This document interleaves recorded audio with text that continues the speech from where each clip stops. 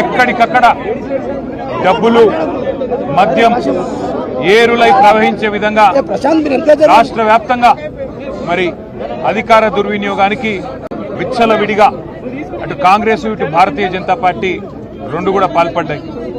ఇక అది సరిపోదన్నట్టు మా అభ్యర్థులను బెదిరించడం, భయపెట్టడం, భయభ్రాంతులకు గురి చేయడం ఇవేవి సరిపోవన్నట్టు ప్రజలిచ్చిన తీర్పును కూడా అపహాస్యం చేసే విధంగా కొన్ని మున్సిపాలిటీల్లో ఈరోజు కాంగ్రెస్ ప్రభుత్వం చేస్తున్న దురాగతాల్ని రాష్ట్రము దేశం మొత్తం కూడా గమనిస్తా ఉన్నది. ఇవాళ మంచిర్యాల జిల్లా కేతపల్లి మున్సిపాలిటీ నిజానికి మరి మా పార్టీ బీఆర్ఎస్ పార్టీ 10 స్థానాలు గెలుచుకుంది. మాతో పొత్తులో ఉన్న కమ్యూనిస్ట్ పార్టీ ఆఫ్ ఇండియా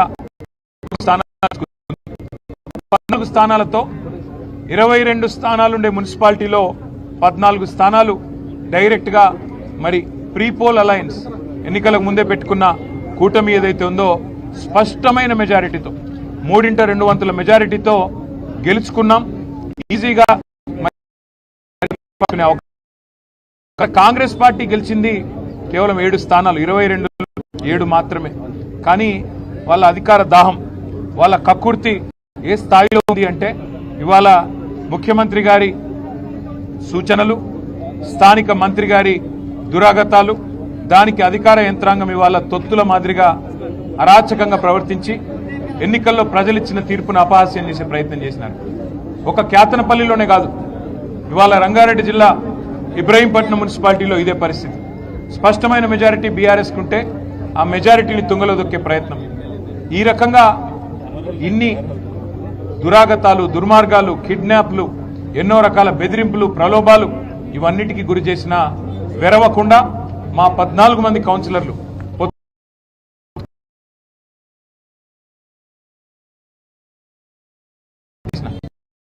దర్శనానికి పోతే అక్కడ కాంగ్రెస్ వాళ్ళు వచ్చి దాడి చేస్తారు. చివరికి ఆ హాల్లోకి పోయిన తర్వాత మా మహిళా కౌన్సిలర్ల మీద సిపిఐ బీఆర్ఎస్ మహిళా కౌన్సిలర్ల మీద వచ్చిన కౌన్సిలర్లు అసభ్యంగా ప్రవర్తించి ప్రవర్తిస్తే అక్కడ ఉన్న మంత్రి గారు, అక్కడ ఉన్న ఎంపీ గారు సిద్విలాసకుంటూ చూసినారు తప్ప కనీసం వారించే ప్రయత్నం చేయలేదు. అంటే ఇంత చిల్లర, ఇంత దిగజారుడు రాజకీయం బహుశా భారతదేశ చరిత్రలో ఎక్కడ కూడా ఎన్నడూ కూడా చూసిండం.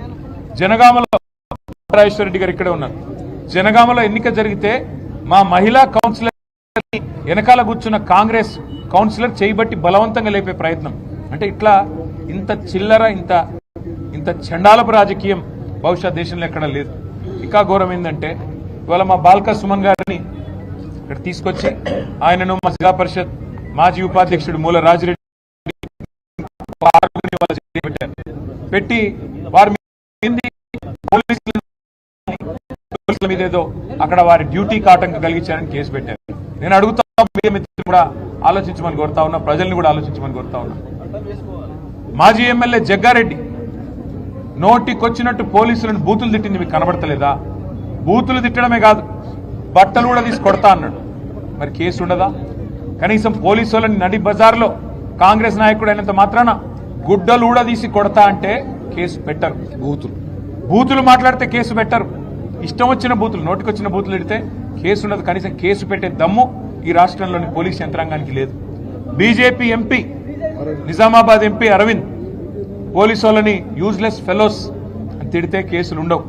కానీ ఇవాళ స్పష్టమైన అధికారం, స్పష్టమైన మెజారిటీ కేతన్పల్లి మున్సిపాలిటీలో మా పార్టీకి, మా పొత్తులో ఉన్న సిపిఐ పార్టీకి ప్రజలు ఇస్తే ఆ మెజారిటీని అపహాస్యం చేసే విధంగా స్థానిక మంత్రి గారు, అధికార యంత్రాంగం కుమ్మక్కైతే, ఎన్నికల కమిషన్ చేయాల్సిన పని ఎన్నికల కమిషన్ చేయకపోతే, చివరికి మా కార్యకర్తల ప్రజాస్వామ్యాన్ని కాపాడే ప్రయత్నం చేస్తే ఉల్టా కేసులు మా మీదే పెట్టి ఇవాళ మా నాయకులను జైల్లో పెట్టారు. ఇది రాష్ట్రం మొత్తం గమనిస్తా ఉన్నది. అంటే ఎంత లేఖి రాజకీయం, ఎంత దిగజారుడు రాజకీయం రేవంత్ రెడ్డి చేస్తా ఉన్నాడో దీన్ని బట్టి చెప్పొచ్చు. ఇది మాత్రమే కాదు, 3 కోట్ల ఆఫర్లు ఇచ్చారు మా కౌన్సిలర్లకి. కానీ నిజాయితీ గల బిడ్డలు కాబట్టి ఒక్కొక్క కౌన్సిలర్ కు 3 కోట్ల ఆఫర్ ఇచ్చినా, బ్లాంక్ చెక్కులు ఇచ్చినా, మంత్రి గారు ప్రలోభ పెట్టే ప్రయత్నం చేసినా మా వాళ్ళు లొంగిపోలేదు. చల్ నీ పైసలు వద్దు, మేము ఖచ్చితంగా మా నాయకుడు కేసీఆర్ గారి నాయకత్వంలో మా సోదరుడు సుమన్ గారి నాయకత్వంలోనే ఈ మున్సిపాలిటీ మీద గులాబీ జెండా ఎగరేస్తాం మరి అని స్పష్టంగా ముందుకొచ్చినారు. నేను సిపిఐ నాయకత్వానికి కూడా ధన్యవాదాలు చెప్తా ఉన్నా. కమ్యూనిస్ట్ పార్టీ ఆఫ్ ఇండియా కూడా పొత్తు ధర్మాన్ని అనుసరించి మరి వారు కూడా నిబద్ధతతో ఉన్నందుకు ఎన్ని ఒత్తిళ్లు ఎన్ని రకాల ఇబ్బందులు పెట్టే ప్రయత్నం చేసినా వారు కూడా తగ్గకుండా వెనక్కి తగ్గకుండా ఉన్నందుకు వారికి కూడా పొత్తు ధర్మాన్ని పాటిస్తున్నందుకు వారికి నా ధన్యవాదాలు తెలియజేస్తా ఉన్నా. అట్లాగే తమ్ముడు బాల్కా సుమన్ గారిని ఇక్కడ జైల్లో పెట్టారు. వారికి తెలియదు రేవంత్ రెడ్డికి సుమన్ ఇవాళ కొత్తగా జైలుకు పోలే. సుమన్ గత 10 సార్లు జైలుకు పోయిండు. 6 నెలలు జైల్లో ఉన్నాడు వివిధ సందర్భాల్లో. ఇక టాస్క్ ఫోర్స్ ఆఫీసులు పోలీస్ స్టేషన్లలోనైతే లెక్క కూడా లేదు. గని గంటలు గని రోజులున్నాడు. సుమను ఇవాళ మీరు జైల్లో పెడితే భయపడతాడనో లేదా మా నాయకులు భయపడతారనో మా చెన్నూరులో ఉండే నాయకులు భయపడతారనో మా మంచిర్యాల జిల్లా నాయకులు భయపడతారనో మా ఆదిలాబాద్ జిల్లా నాయకులు భయపడతారనో రేవంత్ రెడ్డి అనుకుంటుండొచ్చు. కానీ ఆయనకు నేను ఒకటే చెప్తా ఉన్నా, రేవంత్ రెడ్డికి గుర్తుపెట్టుకో, మళ్ళీ నువ్వు చిప్పగూడు తినే టైం వస్తుంది. గుర్తుపెట్టుకో, ఇట్లాంటి అరాచకాలు ప్రజాస్వామ్యంలో మంచిది కాదు. మేము ఆనాడు 2014లో మేము 63 సీట్లతో గెలిచొచ్చినాడు అప్పుడున్న కాంగ్రెస్ పార్టీ నాయకత్వం విఘ్నత ప్రదర్శించి జానారెడ్డి గారు బాధ్యత తీసుకున్నారు. అట్లాగే 2023లో కాంగ్రెస్ కు 64 సీట్లు మాత్రమే వచ్చినా మాకు 39 వచ్చిన కేసీఆర్ గారు 10 ఏళ్లు ముఖ్యమంత్రిగా పనిచేసి కూడా ఒక క్షణం కూడా ప్రగతి భవన్ లో ఉండకుండా అక్కడి నుంచి నేరుగా లేచి వెళ్లిపోయి ప్రజాస్వామ్యం ప్రజా తీర్పును గౌరవిస్తున్నామని చెప్పి కేసీఆర్ గారు ప్రతిపక్ష నాయకుడిగా బాధ్యత తీసుకున్నారు. అది రాజనీతి అంటే, అది రాజనీతిజ్ఞత అంటే, అది ధర్మాన్ని పాటించడం, ప్రజాస్వామ్యంలో ప్రజల తీర్పును గౌరవించడం అంటే.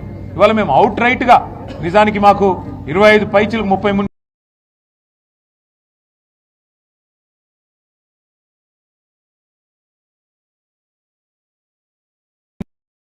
మున్సిపాలిటీలు రావాలా. కానీ వీళ్ళు చేసే వెకిలి పనులు, బట్టలు కూడా తీసుకొడతా అని చెప్పి ఒక కాంగ్రెస్ నాయకుడు అంటే కేసు ఉండదు. మిమ్మల్ని యూజ్లెస్ ఫెలోస్ అని ఒక బీజేపీ ఎంపీ అంటే కనీసం కేసు పెట్టే ధైర్యం లేదు. ఎందుకు? రాష్ట్రంలో అధికారంలో కాంగ్రెస్ ఉన్నది, కేంద్రంలో అధికారంలో ఉన్నది బీజేపీ కాబట్టి భయపడుతున్నావా? ఇవాళ మేము ప్రతిపక్షంలో ఉన్నాం కాబట్టి మా మీద కేసులు పెడతావా? ఒకటి గుర్తుపెట్టుకో డీజీపీ గారు, రేవంత్ రెడ్డి గారు గుర్తుపెట్టుకోండి, ఎప్పుడు అధికారం ఎవరికి శాశ్వతం కాదు. టైం వస్తుంది, 2 ఏళ్లలో మళ్ళీ కేసీఆర్ గారు ముఖ్యమంత్రి అవుతారు, మళ్ళీ రాష్ట్రంలో గులాబీ జెండా ఎగురుతుంది. ఈ అరాచకాలకి ఖచ్చితంగా చరమగీతం పాడే సత్తా ఆ రోజు మాకుంటది.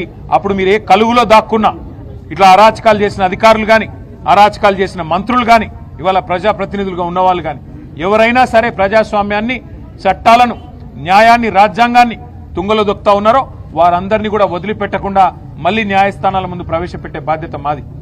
గౌరవించండి, ప్రజల తీర్పును గౌరవించండి. కేతన్పల్లి మున్సిపాలిటీలో వెంటనే ఎన్నికలు పెట్టాలని మేము డిమాండ్ చేస్తా ఉన్నాం. ఎలక్షన్ కమిషన్ కూడా మేము డిమాండ్ చేస్తున్నాం. కేతన్పల్లిలో, అట్లాగే మరి ఇబ్రహీంపట్నంలో, ఖానాపూర్లో ఎక్కడెక్కడైతే ఎన్నికలు పెండింగ్ లో పెట్టారో వెంటనే ఎన్నికలు పెట్టండి, నిజాయితీగా పెట్టండి.